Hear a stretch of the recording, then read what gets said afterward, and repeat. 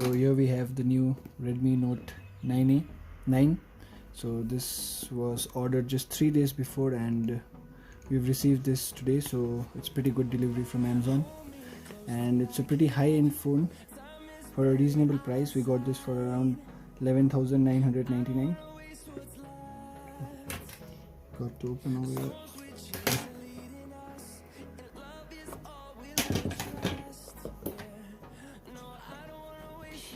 So here we have the phone. It's the Arctic white color. It's a beautiful design, and it's pretty good screen, a gaming phone. As you can see, it's like beautifully designed phone. And we'll keep this aside. Apart from this, we have a Type-C cable,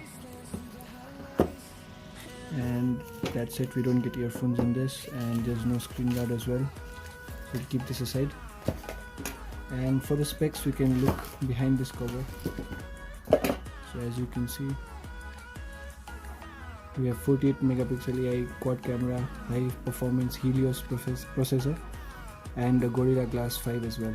And it's pretty high battery, as you can see, 5020 milliampere battery, so you're gonna last to the day with this phone. So now we'll quickly set up this phone, and I'll let you know after that.